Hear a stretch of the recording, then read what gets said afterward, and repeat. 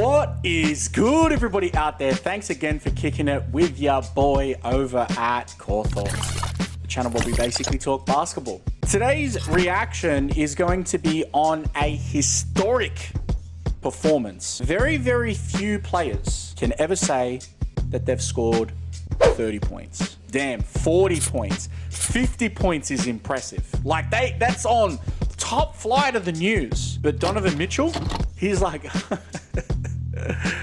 watch this. 71 points against the Chicago Bulls. And today, we're going to be breaking that down. Now, before I get into the reaction, if you love basketball, this is absolutely the channel for you. So before we get into the reaction, please make sure you go ahead and hit that subscribe button down below. This historic performance, it was captured by one of the most historic YouTube channels of all time. Well, I wouldn't say historic, but it's a historic league. The NBA. So it's the NBA's YouTube channel. As always, guys, please make sure you jump over there. You give them some love by liking and subscribing. I'll leave the link in the description below if you want to watch it yourself without my commentary and stuff along. But look, let's get into the reaction. Let's do it. Okay, guys, let's check out the NBA's video. Let's do it. With ankle soreness. So starting off, free throw.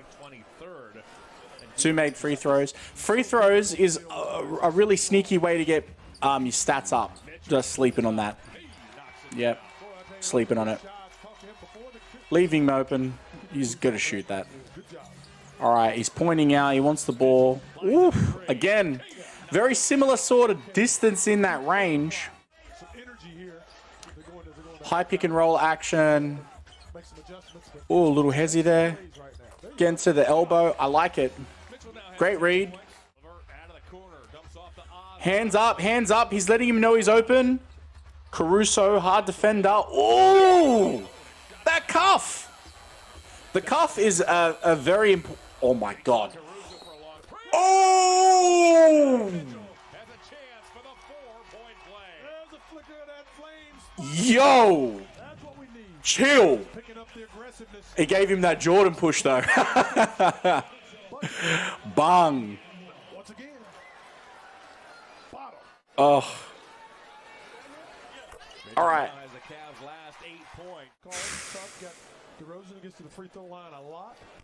He's already got 4 points just from free throws. Think about that.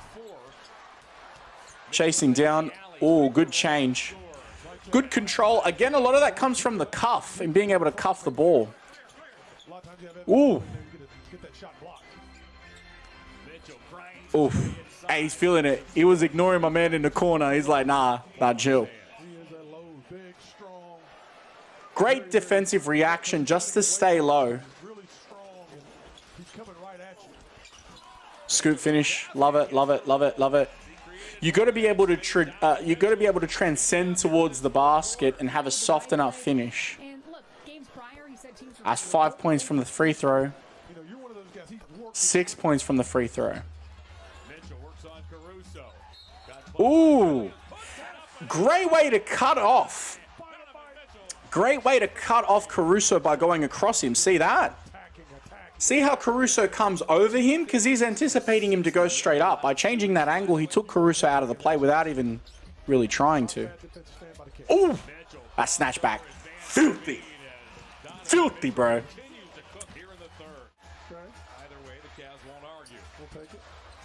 Push cross. Love it. Getting to the elbow. I don't know if you've noticed it, but he's just playing very smart. If they leave him open, he shoots the three. If they sag on him, he's going to sort of make him react. At 7 from the free, 8 from the free. You get what I'm saying, right? 9 from the free throw. 10 from the free throw. 11 from the free throw. 12 from the free throw. 13 from the free throw. 14 from the free throw. Hey. 15 from the free throw. 16 from the free throw. 16 points from the free throw. Unless I miscounted that. Mitchell has already played 37 big minutes here tonight. All right, pin action, curl, read to the elbow. Like it. They're definitely reading that he's open. That's how they're reading him. They got Caruso on the ball. Again, that scoop finish. That scoop finish is so critical to have that in the bag. Shield. And the rebound. And, oh my God. The free throws, bro. Yee. And still stays with it. The problem is, defensively, they needed to bump him out. And again, patience. Patience. Spider chilling right now, bro. Calling a high screen. High screens aren't necessarily anything new. Woo-hoo! They're not anything new. Mitchell needs this one, however. What's that, 20? Tip it out, and hopefully one of our guys catches it. Game-winning shot. Yeah, enough time to do that with 4 seconds. Here we go. He missed it. Oh my God. Oh my God. Mitchell pulls up. Ooh. Good change of direction, off-pace dribble steps. Like, it's just really effective. Watch. See how he goes through the BTL between the legs, and he's going in the same motion that you would with the killer cross. Secure, run on the floor. Weaving. Again with that scoop finish.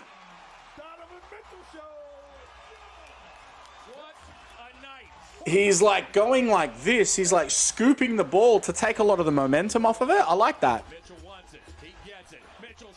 Again, I don't know what you call that. Do you call that like a tap step? I don't know. Oh my God. Oh my God, bro. Bang.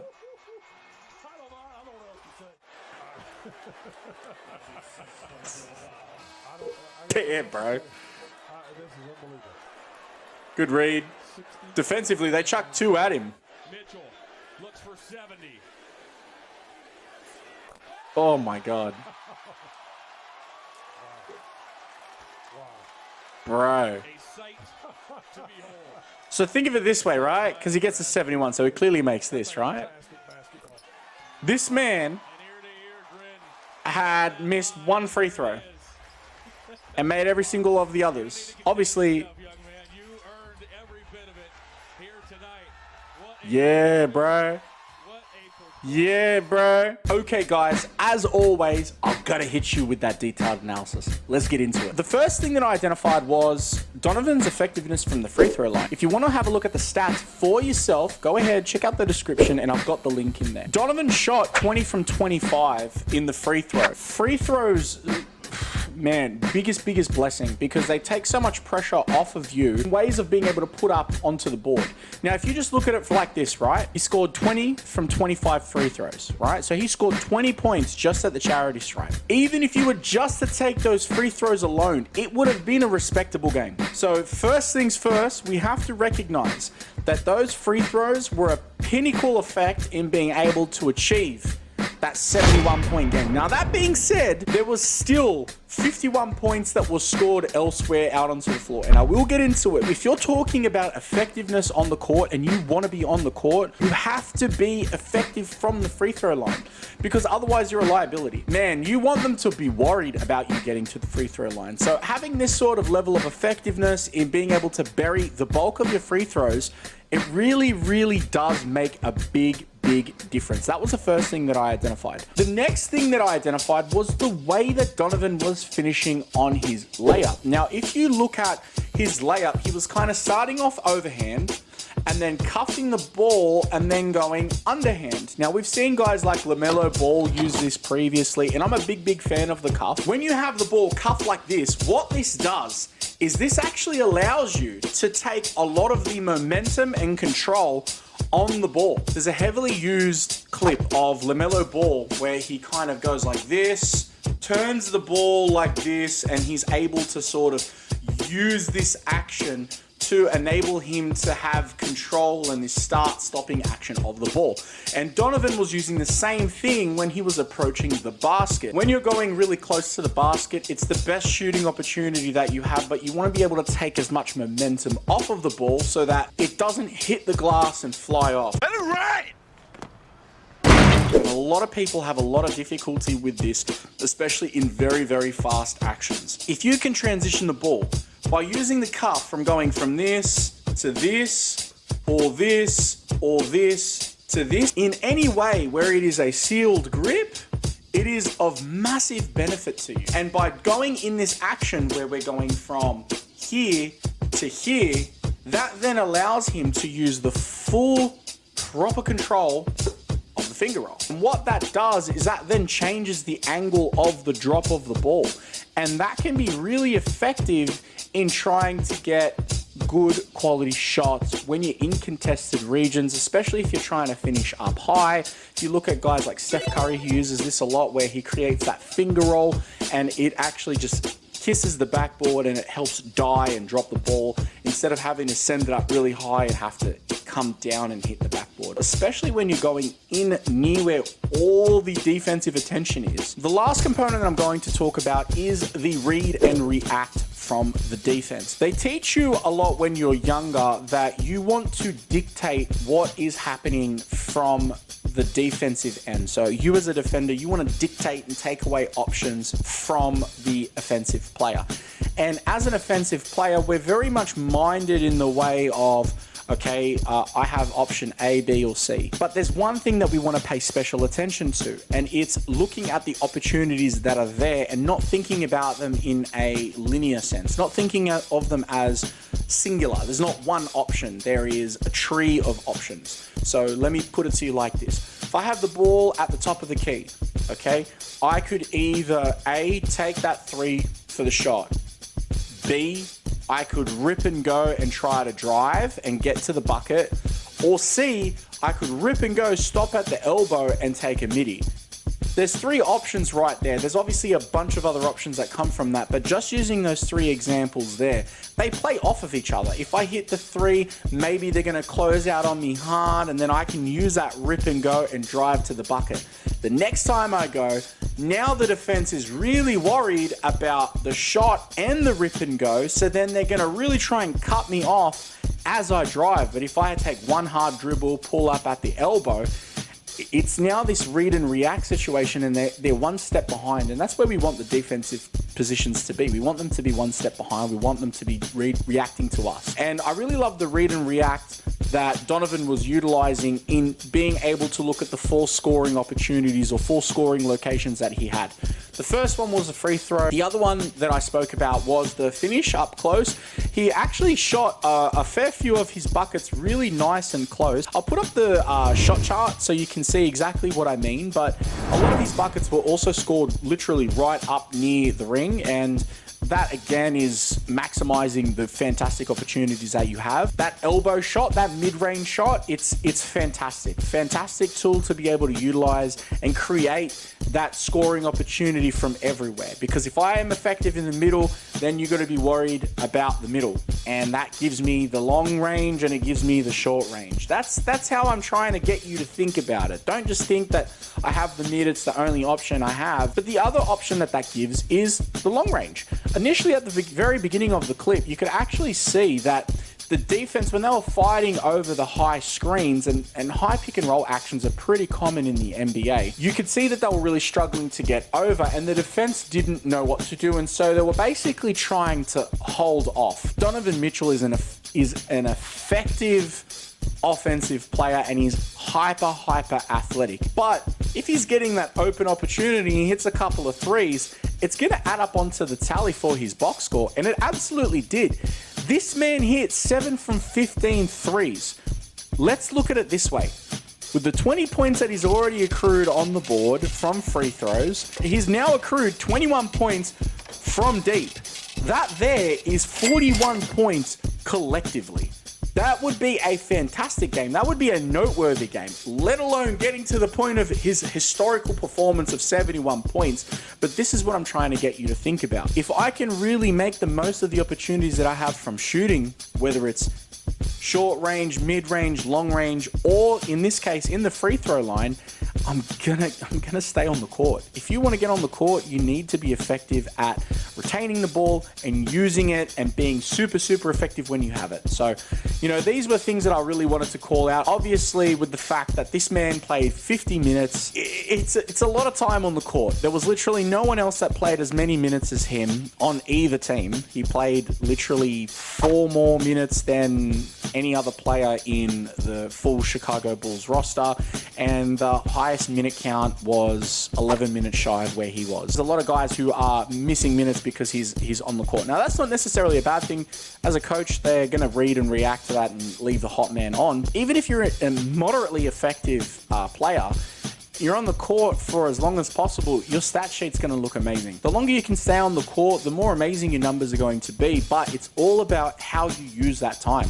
Yeah, he could have spent 50 minutes on the court and played like absolute crap, but he didn't. He was very effective from the free throw line, very effective from the close range, and even amazingly effective from the long range. And so all of these things have accrued and gotten him to the point of being able to have that absolutely astounding 71-point game. I know that I say this a lot. I say that, you know, this guy's my favorite player, and I won't necessarily say that Donovan Mitchell is one of my favorite players. He's really not even a guy that I go, oh, Donovan Mitchell's playing, let me go watch the Cavs. I will say, though, that I love the way that he was playing.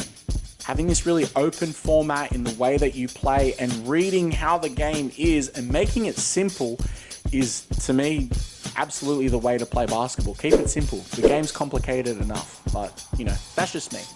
If you disagree with me, go ahead, leave me a comment and let me know what you think. I'd really like to know what you think.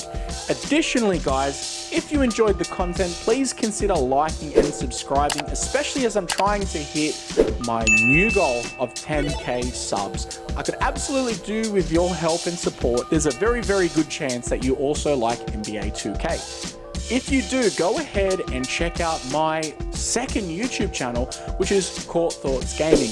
I'm streaming on Twitch at the moment my NBA 2K23 player journey with the Denver Nuggets. And I talk a lot about my thinking and process in developing the game within that. And, well, you may be interested in it. And if you are, well, that'll be fantastic. And if you're not, well, stick around. I've probably got another video for you on the channel. But that's going to do it for today. Thank you so much for kicking it with your boy. And until I see you next time, make sure you're looking after yourself. You take care and be safe. All right. Peace.